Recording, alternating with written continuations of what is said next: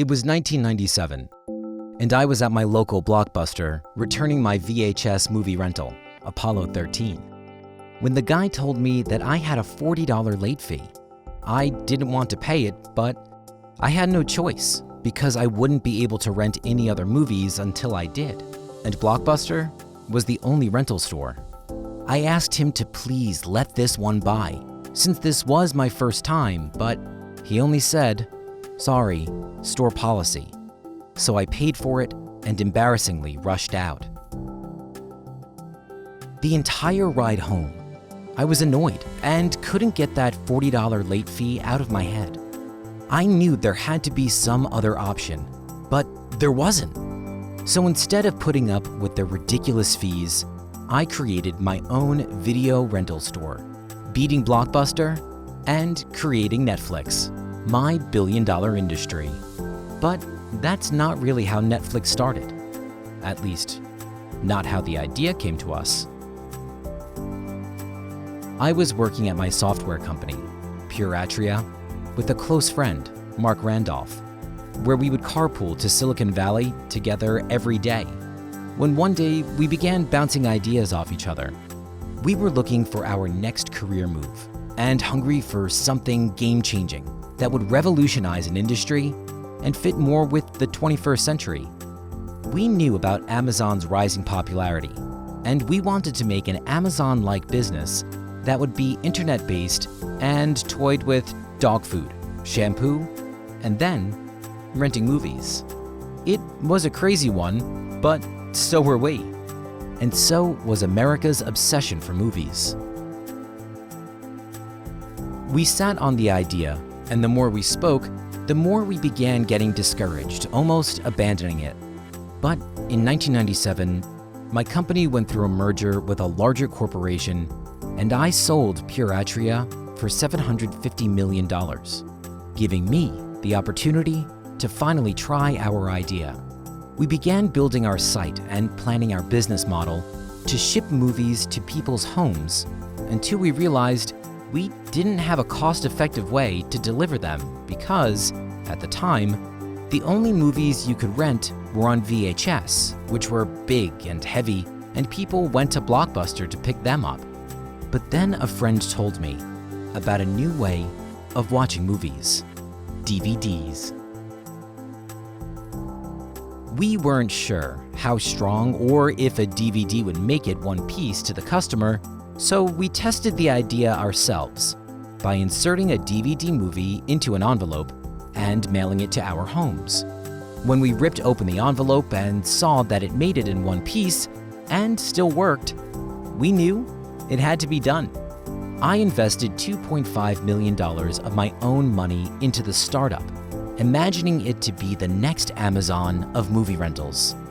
In 1998, with everything in place, we launched the world's first online DVD rental store with just under 1,000 titles. We were going with a single rental service, meaning pay per movie at $4 each plus a $2 postage fee, unlimited due dates, and of course, no late fees. It all seemed flawless, but we had no idea if people would even use the online story because all households were still on slow dial-up internet, and the majority didn't own DVD players. But with a few early adopters and within a few years of advancing internet connection, we managed to scrape by. In 1998, Jeff Bezos tried to buy us out, and even though we were tempted, we knew if he wanted our company, then we were onto something big. So we turned him down. A year later, we regretted that decision when our business began falling because the dot-com bubble burst, scaring investors from all things tech. We had no choice to approach our rival, Blockbuster, to propose an offer to buy us out for $50 million. The CEO stared at us dead in the eyes and then laughed straight into our faces, saying, "It will never work." Both of us would remember that meeting for the rest of our lives. Building debt and unsure if we'd survive, I went back to our office, prepared to tell our team of 30 that there might be no Netflix.